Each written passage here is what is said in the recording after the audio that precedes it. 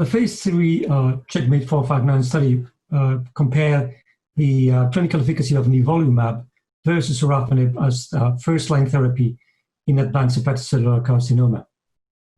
And the primary analysis, the protocol-defined statistical threshold for overall survival, which is the primary endpoint of this trial, was not met, although Nivolumab showed a clinical benefit.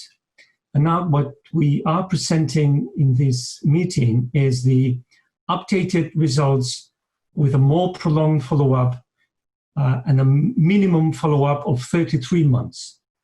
So the results are can be considered very robust.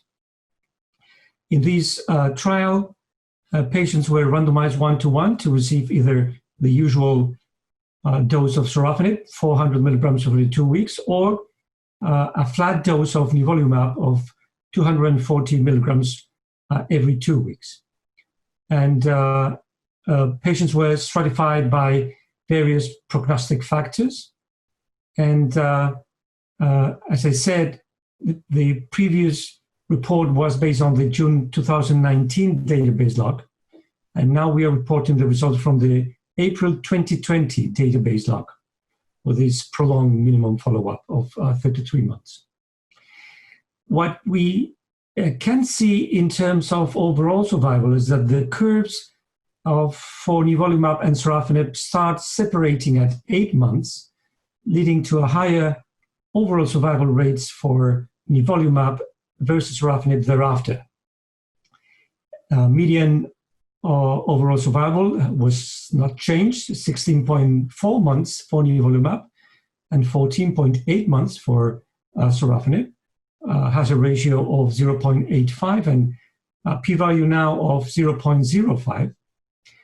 And with this more prolonged follow-up, at 33 months, the overall survival rate for Nivolumab is higher at 29% than for Sorafenib at 21%. This means that with Nivolumab, we could achieve an almost 50% increase in survival rates at this very prolonged time point of almost 3 years.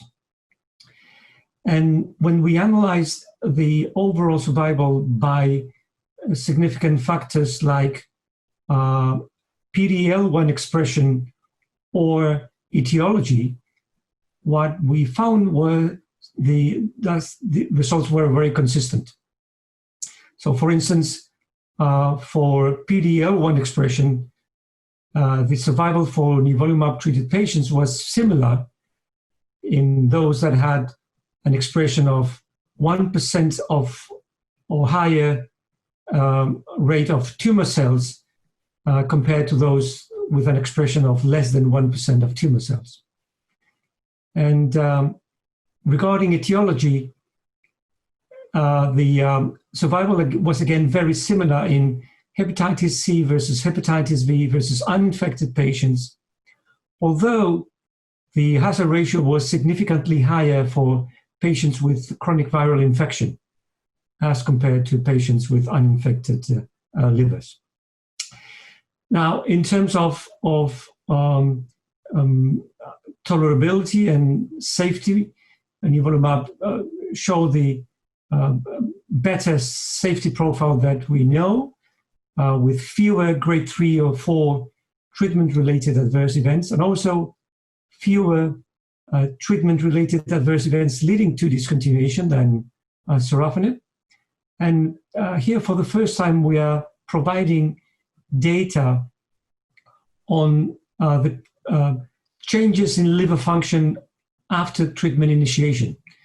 And we have done this analysis using the Child-Pugh score, but also the more objective albumin bilirubin or ALBI score that reflects very well a liver functional reserve. And what we have observed is that compared to Sorafenib, Nivolumab resulted in a greater preservation of liver function that remained largely unchanged over time.